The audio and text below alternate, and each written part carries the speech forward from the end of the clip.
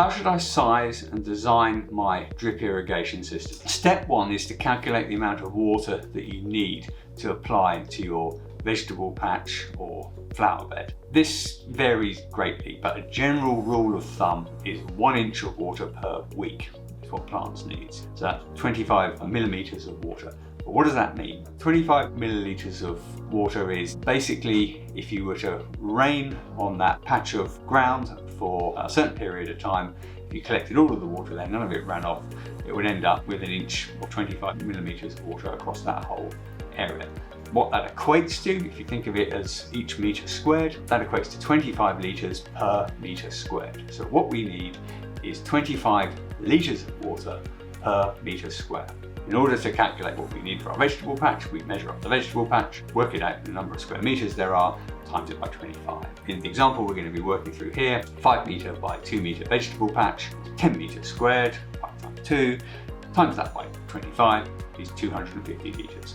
So we need 250 litres to water our vegetables per week. Step 2 is to calculate the number of drip emitters we need. So we're installing a drip irrigation system. Then the number of emitters that will be placed over that 5x2 vegetable patch. How many do we need? For drip and drip tapes emitters, we have a number of different variables here. Firstly, the emitter type will have a litre per hour rating for each type. And then they'll also be rated as having a distance between emitters in that drip line or that drip tape. For example, we have a 2 litre an hour emitter, which is a common flow rate for emitters, and they're spaced 33 centimetres apart in the drip line that we're applying. That means we're getting 6 litres per metre of drip line, because there's 3 emitters per metre, 33 centimetres apart. Each one does 2 litres an hour, so we're getting 6 litres an hour per metre of drip line or drip tape. Next thing we need to do is to calculate the distance between the drip lines. So obviously this vegetable patch isn't going to be fed by one single drip line, we're going to have multiple drip lines running down it in a kind of grid format. And the general rule of thumb here is the individual drip lines should be spaced apart about the same distance as the emitters are spaced apart in that drip line.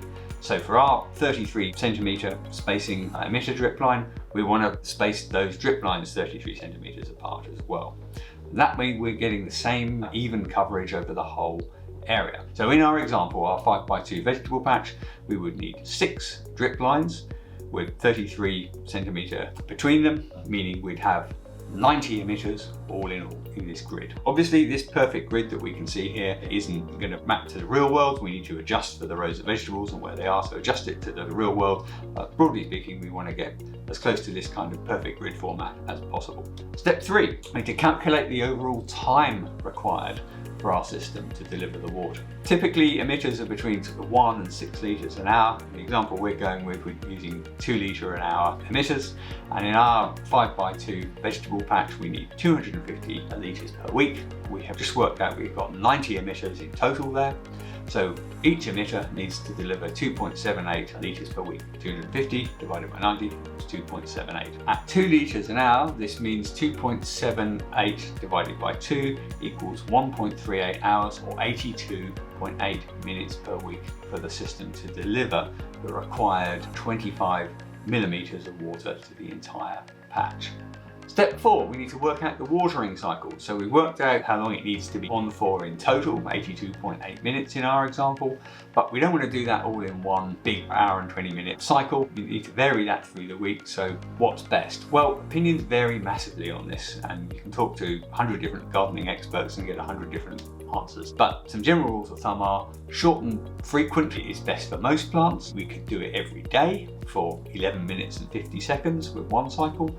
We could do it every other day for 23 minutes and 40 seconds on each cycle, or you could do it every other day, twice a day for 2 cycles each day for 11 minutes and 50 seconds. You kind of get the picture, but the general rules are you don't want to water during the day, especially on hot days, as you'll get evaporation and reduce that efficiency. Probably early morning, evening, or even night time are the best times to do the watering. Watering frequently with very small amounts may not result in water reaching far down into the soil, so it might not be optimal, so you don't want to have it too frequent and too short. It's kind of about balance. But the good news is whatever regime you set, whatever timers you set, you can get water timers to do this all for you. Once it's programmed in, it'll just do its thing on its own without you having to worry about it. But the best thing you can do is really monitor the results and then adjust accordingly. This is what most gardeners will tell you. It'll vary depending on the plants and the advice you're getting. Once you work out the overall amount, you can set up the regime that best suits your particular situation. Number 5. The final thing is to adjust for environmental conditions. All of these calculations that we've just done, assuming that there's no natural rainfall, that's the first thing we need to adjust for. If it rains that week, then you should water less. The 25 millilitres rule of thumb is the overall amount of water that the garden should receive. So if it's been raining for a long time, then you obviously need to adjust that down accordingly. We should adjust this for weather. If it's particularly hot and you're getting a lot more evaporation, then maybe you need to water it a bit more. You need to adjust for soil type. So if you've got sandy soil where the water runs through a lot more quickly, then maybe you need to up the amount of water that you're putting on there. Clay, maybe a little bit less. Plant types, obviously vitally important. Again, that's a huge, vast topic that we're not going to cover here, so you need to make some adjustments there. But above all, the best tip you can get is to monitor and respond. So monitor the results, see what's happening, and then adjust accordingly. The beauty of drip irrigation set up to a timer is you can get that very, very granular control about the amount of water you're actually applying and do it in a very consistent way. So if you keep your eye on what's going on, monitor the results, respond to them, you can get that system absolutely optimized for the best results. That's our 5-step process for working out how you should size and design your drip irrigation system.